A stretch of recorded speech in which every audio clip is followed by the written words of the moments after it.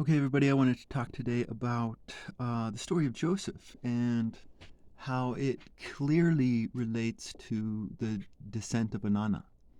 And you can really talk about the descent of Joseph. Because in the descent of Anana, you have the author really showing you two different approaches to toxic people. And so we see the same thing in this story of Joseph.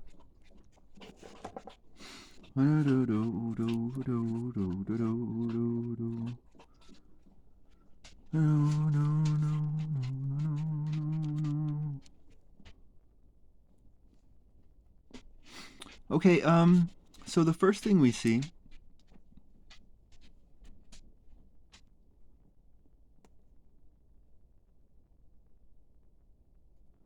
is that the brothers hated Joseph because he got this special coat. Now, there was this king of Judah, and I think it was a Chaldean, I don't know, but he showed this person from Babylonia all of his stuff. Like you think of cribs, right? You know, oh, this is my house, this is my crib, you know, this is my pool, this is my do. And so that's what this Judean king was doing. He was showing his crib around, showing all of his stuff, all of his treasures. And the prophet heard about it, and it's funny because it's like you don't need to be a prophet to see these things. Like, you cannot be stolen from if no one knows what you have. Like, this need to show everybody what you have is disordered.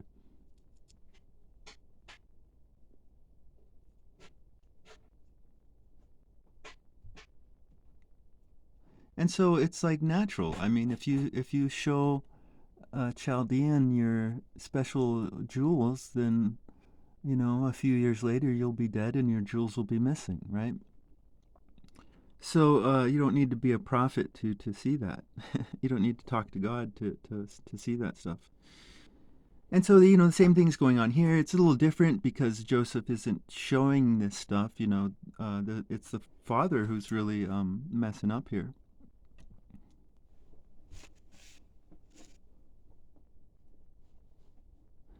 But I mean, this is toxic behavior, right? This is a jealousy. They're insecure, right? They're just insecure. It's just that simple. And then Joseph starts having dreams, right? And this is important right here because we see Joseph telling others about his dream, right? There's no interpretations at this point, right? He's just saying, I had a dream. I had a dream. And then this is important, right? The brothers say, do you think this means that you will be king and rule over us, right? This is not a question, right? This is an accusation. And this is very important because this is what toxic people do. They will accuse you, right? And this is what they're doing. They're accusers.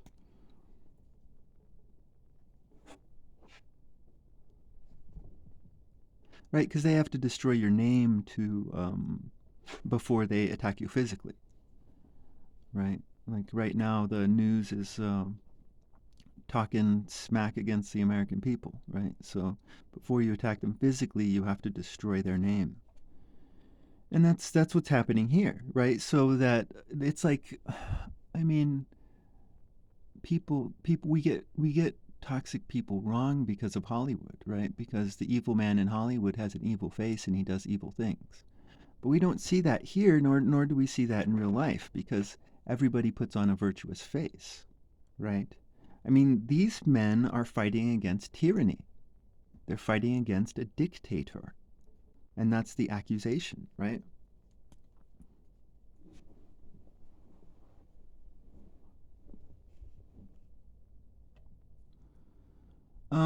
And another thing important to note is jo- Joseph should have seen this. Joseph should have seen it before they asked this question, he should have seen, because they refused to say nice things to him, right? But he's the unwise Joseph. This is because they're refusing to say nice things to him, so boom, that's indicator number one, right? But indicator number two is that this is not a question. This is an accusation disguised as a question, right? They're like, oh, they're playing the victims.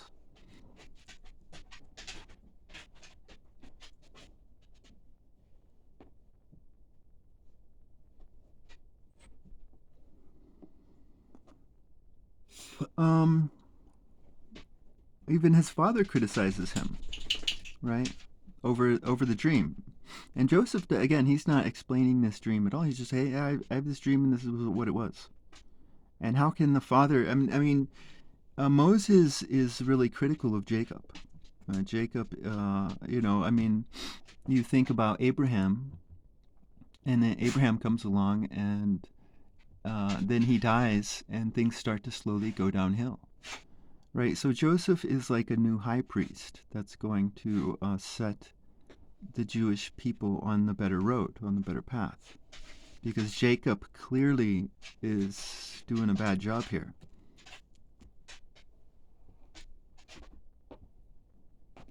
I mean, how can you criticize a man for his dream? It's like, okay.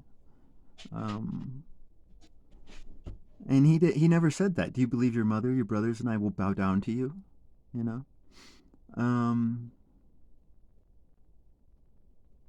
Like, he never said that. He just said, hey, this was my dream. So none of this should have been of shock to Joseph. Like, he should have seen it coming before. Like Enoch, in the book of Enoch, he says that he criticizes Abel. Hey, he criticizes Abel and says that Abel should have killed Cain before Cain killed Abel. And this clearly is, not that Joseph should kill his brothers, but he's clearly saying that Joseph should have seen it. They refused to say nice things about him.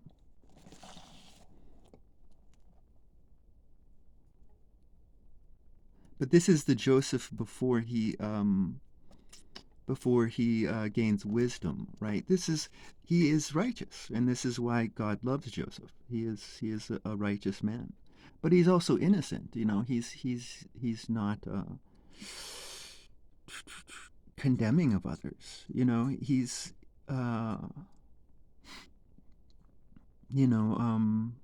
the brothers really hate him because Joseph's at peace. Joseph's not insecure like they are. And so, in order to protect their insecurity, Joseph has to go.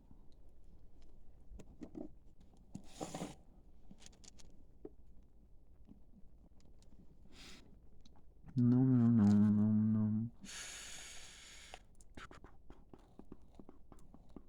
I don't know what's going on with this where are my brothers type thing. Seems like useless information, but it's probably not.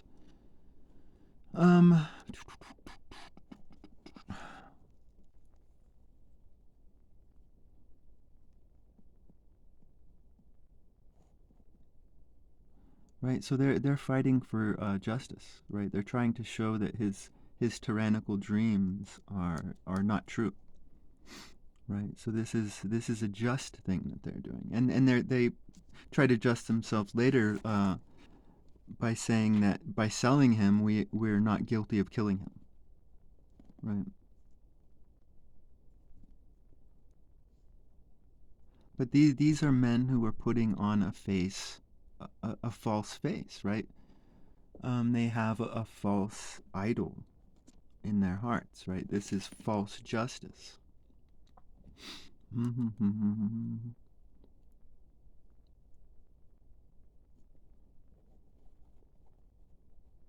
Right now, Reuben has to tear his clothes to declare his innocence.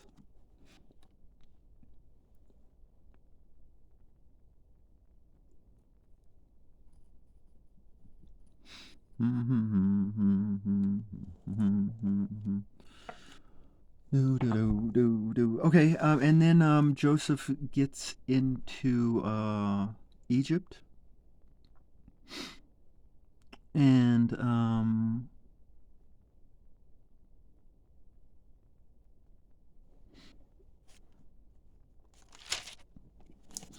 he gets basically in control of this man Potiphar's house. And this is still the naive, righteous Joseph, right? He is comparable to Inanna's approach to her sister Ereshkigal. Inanna is righteous, and what happens? She gets torn down, right? Because she's alone, and Joseph himself is also alone, right? Um, like Reuben is on his side, but he's not, right? The father's on his side, but he's not, right? Joseph is clearly being shown to be naive, right? He does not have wisdom yet. And so we can see this in his approach to Potiphar's wife, right? This is a righteous approach, right? He has this extremely righteous approach. And again, this righteous approach gets him in trouble again, right? Same thing, you know? I mean, it's like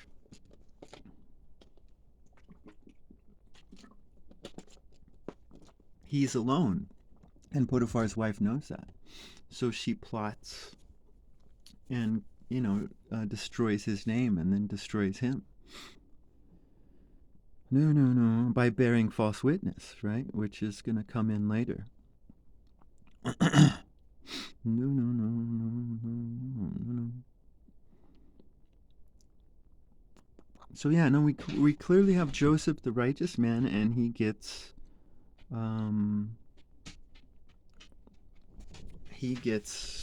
killed, or he gets beaten both times. And then he gets thrown into prison, and now we have Joseph, the dream interpreter, right? So he's now more of a magical man, right? He hasn't been a dream interpreter up until this point. He's just been a dreamer.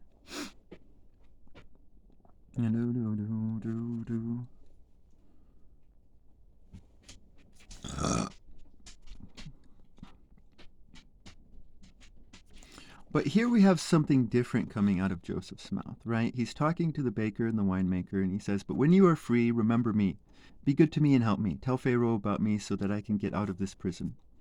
I was kidnapped and taken from the land of my people, the Hebrews. I have done nothing wrong.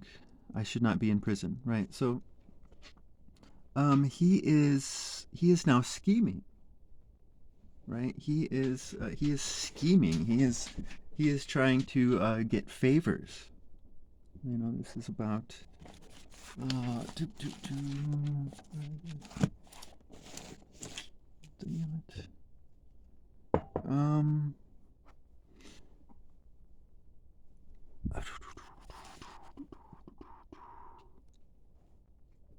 because this has nothing to do with the dream, right?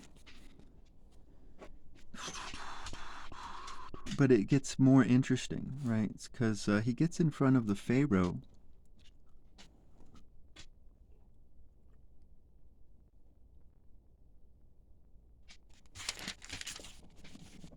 Okay, and Joseph says, I cannot explain the dream to you, but God can explain the dream to you. Right? And he's very emphatic that God will explain the dream to him. So now Joseph starts talking to the Pharaoh. Okay. And he says both of these dreams have the same meaning. God is telling you what will happen soon. Okay, so God is telling you what will happen soon. The 7 good cows and the 7 good heads of grain are 7 good years.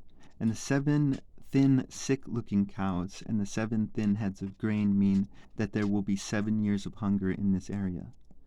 These 7 bad years will come after the 7 good years. Period. That's it. That's it. Right? I mean, think about that.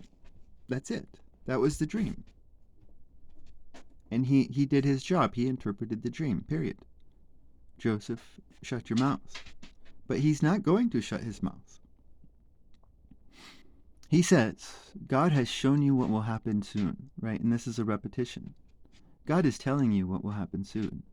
God has shown you what will happen soon, right? So he's conditioning the mind of the Pharaoh, right? He's conditioning the mind of the Pharaoh right now.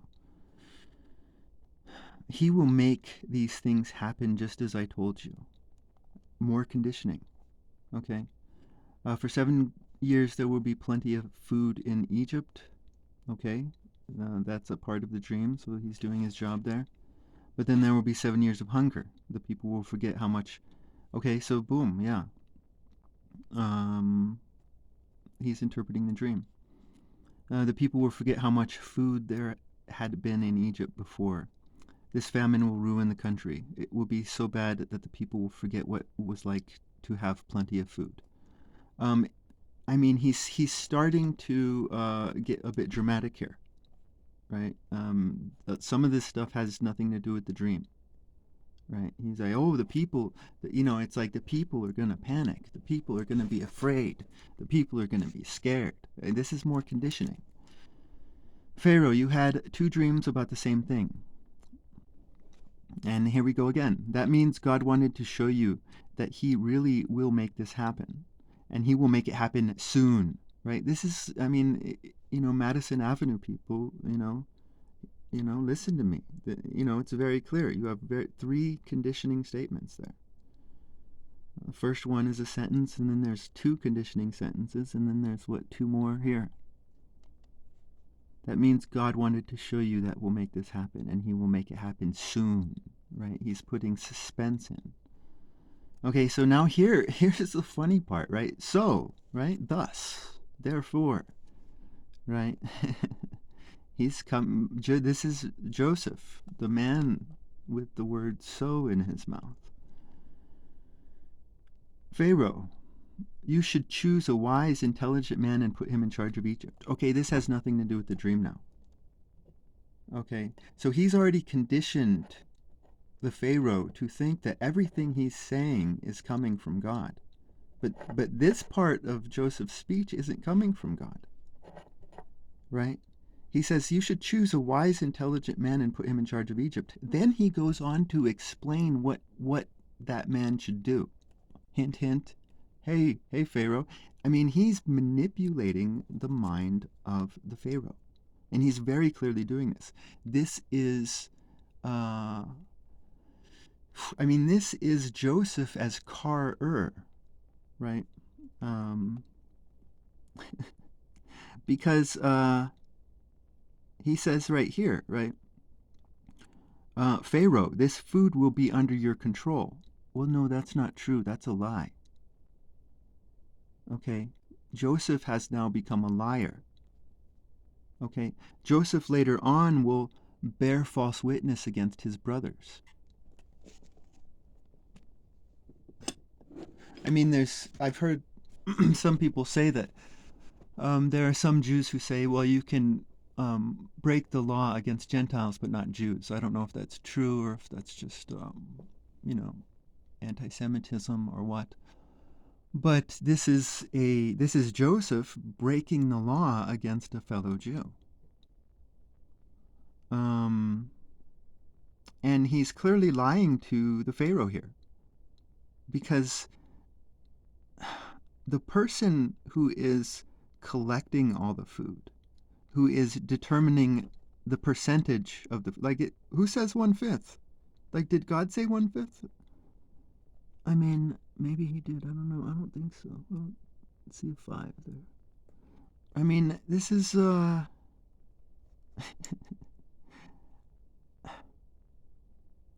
this guy is in charge. The guy who says 1/5. The guy who says so. Right? The guy who's making all the decisions. Right? He's like, you need to appoint a shot caller, I think would be the term. Um, this is a different Joseph that we are seeing here, but it's still the same Joseph. He is still the man of God, right? He this is Moses showing that good and evil are of the heart, right? Because Joseph is not a liar, okay? He is not a liar, right? Um, his brothers are liars, right? And yet they didn't lie, did they? Because he said, he told him the dream, right? He told him the dream. And on account of that dream, they killed him. So on account of the truth, because the truth was that, Joseph was a tyrant, according to them, right? But they have lying hearts. I mean, think about that as behavior, right? I mean, you know people like lawyers and toxic people who always speak the truth, but they have lying hearts. Um, and I mean, this is I mean, to say, oh, Pharaoh, this food will be under your control. I mean, this is Pharaoh, the palace emperor, Chinese palace emperor. The Pharaoh has nominal control, but he's the one calling all the shots. It's like the U.S. government. It's like even the news tells us that they don't write the laws. If they don't write the laws, then they're not the ones in control, right? Um, but he like Kar-Ur is playing up to Pharaoh, right? Pharaoh, this food will be under your control, right? So Joseph is conquering his Ninurta, right? Pharaoh has become his Ninurta. But he's also being wily, because again, in the Descent of Inanna, you have the approach of the God of Wisdom. And the approach of the God of Wisdom is to enable Ereshkigal. Um,